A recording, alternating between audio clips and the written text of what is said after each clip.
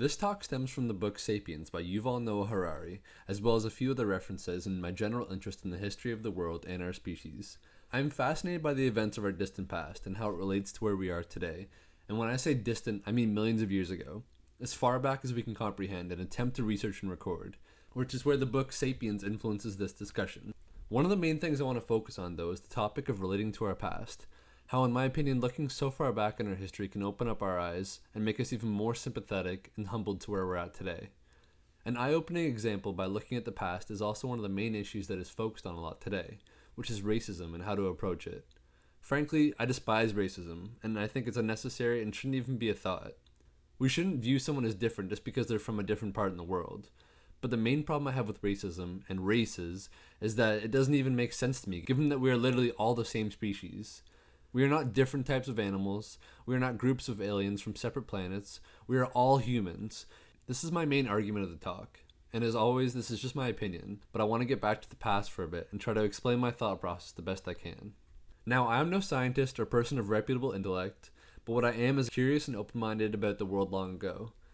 So I wanted to discuss my thoughts and opinions about the wondrous mystery of our past as a species in as simple and hopefully entertaining way as possible. The thing I find amazing about all this is how we seem to know so much about the world so long ago. Take Yuval's book, for example, where he is able to confidently document various activities and descriptions of our ancient ancestors in such a way that you'd think he was just talking about someone 50 years ago and not millions of years ago. Clearly he and anybody else researching this stuff wasn't around to see any of the events that happened so long ago. Yet we have books, articles, documentaries, and seemingly so much information about these time periods, which I guess is possible thanks to our modern science, technology, and brilliant minds. To me, it seems almost impossible that we now have data about the different levels of the sea thousands of years ago that made it possible for humans to be able to travel great distances because the water was low enough. Or that we know that there were actually different species of humans. How there are different dates from hundreds of thousands of years ago that are confident assumptions in human evolution, and so on.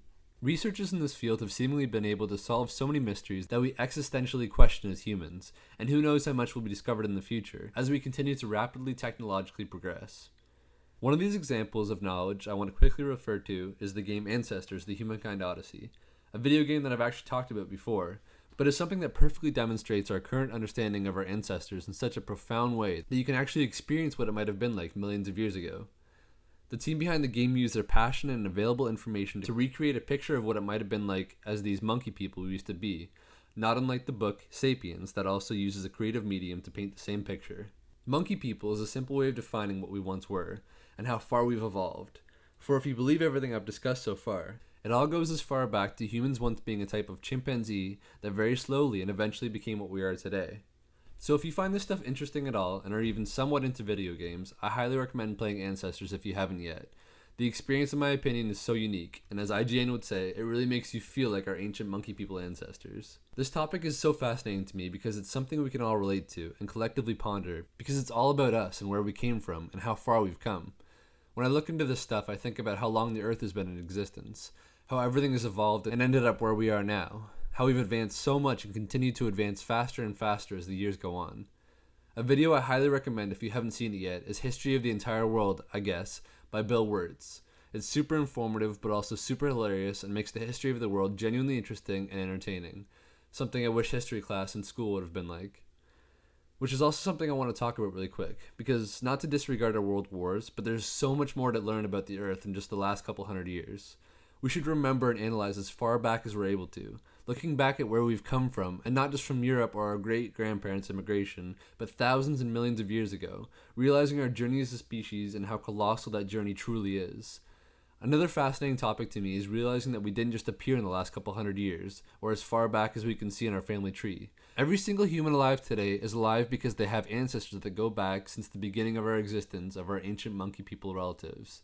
We have millions of years of evolution, DNA, and primal instincts inside of all of us, and we're all still alive because our ancestors learned how to survive from the elements. Dangerous animals, diseases, and so much more. Right now I'm reading a book called The Last Neanderthal by Claire Cameron, a story that mixes fact with fiction about a group of some of the last Neanderthals that lived before they went extinct. Which is so interesting because it's true. As far as we know today, the last Neanderthals died out about 40,000 years ago. Now, just think about that for a second. The Neanderthals died out, which means that they were a different species than us, and something else to think about is that they weren't the only other species of human-like beings. There were Homo florensis, a species of smaller beings, Denisovans, Homo erectus, and several others that have all become extinct. So going back to my earlier opinion about race, this is what I'm talking about. Thousands of years ago, we truly had several different species of human-like beings, genuine races unlike today. Today we have one species, Homo sapiens, somehow being the last of our kind to outlive the rest. But we are truly all the same besides small details like where we live, what languages we speak, and what the color of our skin is, or facial features. Extremely small details when you think about the differences of the other species thousands of years ago. Like the Neanderthals, who are our closest in similarities and even DNA, but had longer, lower skulls with bigger eyebrow ridges and more muscular bodies. Or the species Gottengensis, or Florensis, who are as small as 3 feet tall. These subspecies actually had visual and mental differences from Homo sapiens, the same way how monkeys and apes are different species. I just feel like this should be not only realized, but quite obvious when it comes to our current world. We aren't a bunch of different groups of species scattered around the globe. We are all the same. This topic to me is very humbling because you realize how insignificant you truly are, how little we matter right now in the respect to the history of the Earth. The same way how if you look up at the stars and really think about it, you realize how small even the whole Earth is in comparison to the entire universe. If what we know is true, the Earth is over 4 billion years old. Billion. And we can only really see human history go back about several thousand years. So our imprint has barely even been a part of the existence of our planet. This kind of stuff is so difficult to put into words as someone who isn't extremely well read on this topic, but I find it so fascinating and such a worthwhile conversation because again, it really does put things into perspective. Things like how we act today can be related and explained by how we acted hundreds of thousands of years ago. The primal ancient DNA and instincts we all possess, the fact that we've all come from living off the land to living in skyscrapers, and maybe what's craziest of all is how we've gone from simple monkey people to space explorers looking for new planets to inhabit. We've come so far, and I think the main thing I want to get across is that we should just never lose sight of that journey. Because even though it wasn't technically you that traveled across great distances to settle and discover new areas, or you who discovered something as monumental as fire, or even you who built the first empire, we are all a product of those incredible feats. I'm not saying you have to think about this kind of stuff every day, or even take what I'm saying as facts, but even in the smallest way possible, we should all be at least thankful for our current life and attempt to make the most of it, because it's an amazing achievement that we're here at all today. So many of our problems today are so trivial.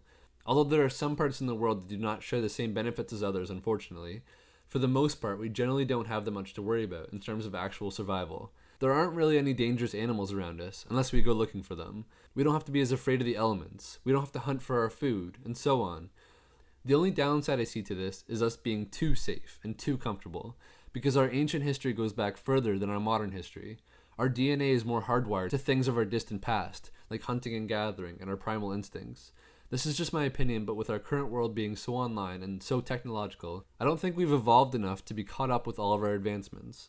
We still have our ancient instincts and way of thought somewhat present, but now it's mashed up with all this new way of communicating, and I believe it's all too much for us.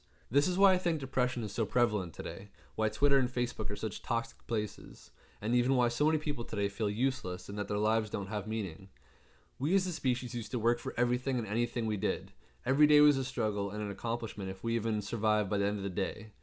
Things today may be similar in terms of our instincts and how we act as Homo sapiens, but the way that technology has changed us is almost unbelievable.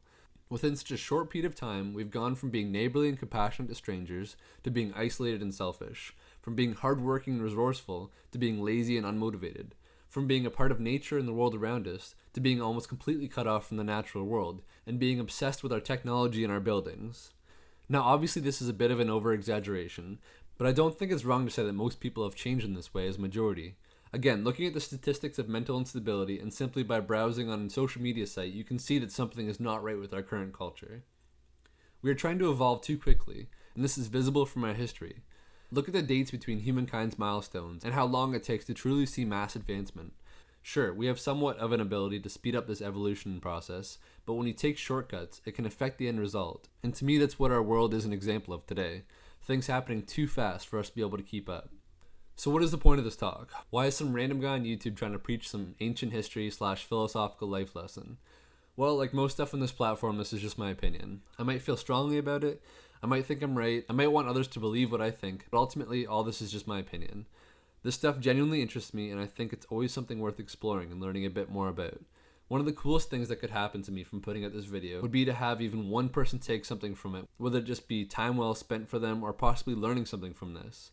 The things I've said today might be new to you, or it might just be annoying repetitive garbage that people are getting sick of today, but either way, I believe everything I've said today has a place in the discussions of today, and maybe with some more collective opening of our eyes and hearts, we could all do a little bit better as one species, as cheesy as that sounds.